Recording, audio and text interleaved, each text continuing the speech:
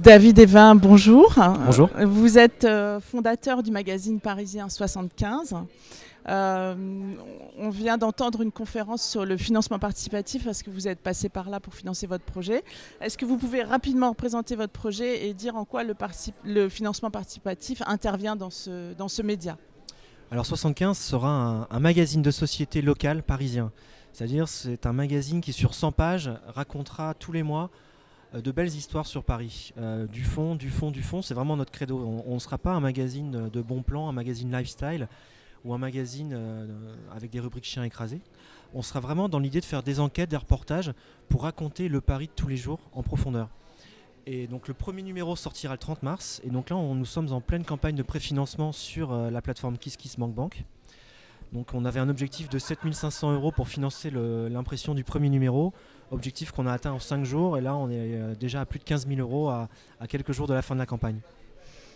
Ok, alors à quoi sert principalement le financement participatif pour vous dans ce projet? Alors pour nous, le KissKissBankBank sert à plusieurs choses. À lever des fonds, bien sûr, mais surtout à engranger un maximum, à fédérer un maximum de lecteurs, de préabonnés en fait.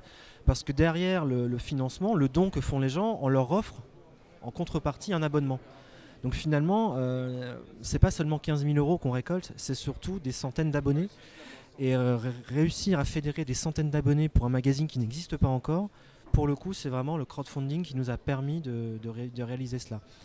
Après, en dehors de l'aspect lectorat et financier, une campagne de financement participatif, c'est aussi pour nous un formidable moyen de faire de la communication, en fait, de mettre en place une véritable campagne de communication sur les réseaux sociaux, sur les sites internet et dans la presse, parce qu'on a été beaucoup repris par les médias parisiens et nationaux, parce que justement, une campagne de préfinancement, quand elle fonctionne, ça fait du buzz, ça fait une histoire à raconter.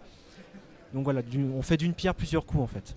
Ok, est-ce que pour vous il y a des limites dans le financement participatif et quand même est-ce que vous recommanderiez quand même aux gens de le faire? Alors, je recommande à 100% de le faire parce que ça mange pas de pain, c'est toujours bon à prendre.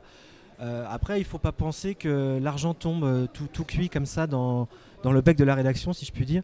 C'est beaucoup de travail en amont et c'est beaucoup de travail pendant. Donc il ne faut pas prendre ça à la légère. C'est vraiment beaucoup de temps passé pour présenter le projet, pour le rendre le plus compréhensible aux yeux de tout le monde. Et pour fédérer des gens, il faut remuer son réseau. Donc tout ça, ça demande beaucoup de temps. Par contre, l'avantage, c'est que sans ces plateformes, on arrive à toucher des gens qui, sans ça, n'auraient jamais été au courant de notre existence.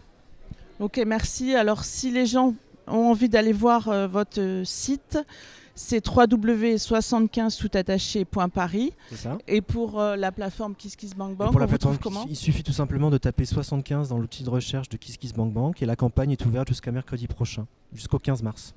Ok, merci David et bonne chance. Merci à vous.